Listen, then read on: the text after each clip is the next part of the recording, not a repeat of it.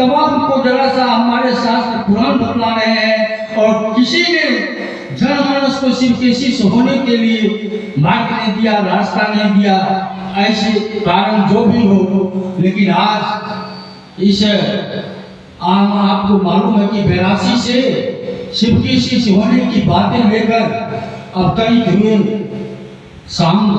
आम लोगों के बीच में संपूर्ण मानव जीवन को एक रास्ता देने के लिए, जहां संसार में लोग आए हैं, सुख चाहते हैं, दुख में होते हैं, वे जीना चाहते हैं, मर जाते हैं, वे अमीर होना चाहते हैं, गरीब हो जाते हैं। लेकिन आज शिव के शिष्य होने से सारे के सारे जो भी आपके सामने में उदाहरण आएंगे वे अमर हुए हैं।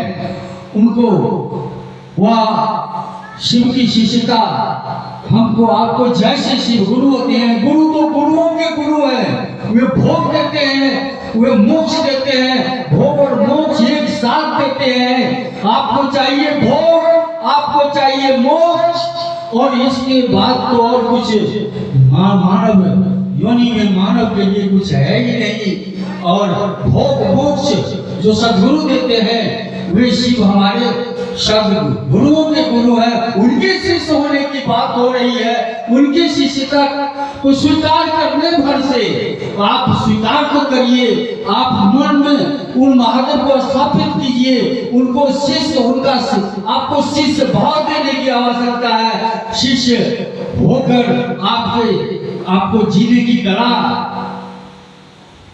आप प्राप्त हो जाएगा कि आप कैसे जिएंगे, कैसे आपको सुख मिलेगी, कैसे चैन मिलेगा, कैसे आनंद, संसार आपको सुखद अनुभूत होगा। जैसे गुरु तो संसार की ओर से उस परमात्मा, उस शिव की ओर उन्मुख करते हैं। शिष्य होना, शिष्य बिना हुए, बिना गुरु का तो पूजा पाठ से भी परिणाम नहीं आता है।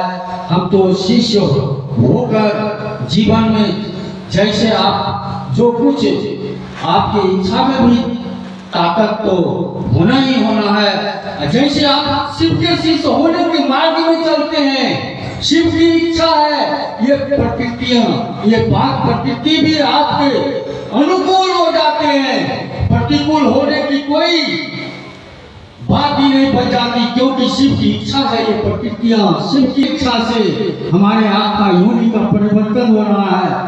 वैसी शक्तियां का शिष्य होने, उनका शिष्य होने की बात हो रही है। उनके शिष्य होने से क्या शिष्य होना, उनके शिष्य होने की यात्रा में हम थोड़ा आरंभ तो करें, और कुछ है नहीं सिर्फ शिष्य होने के लिए। साहब ने बड़े सरल, बड़े आसान और बड़ी सुंदर आप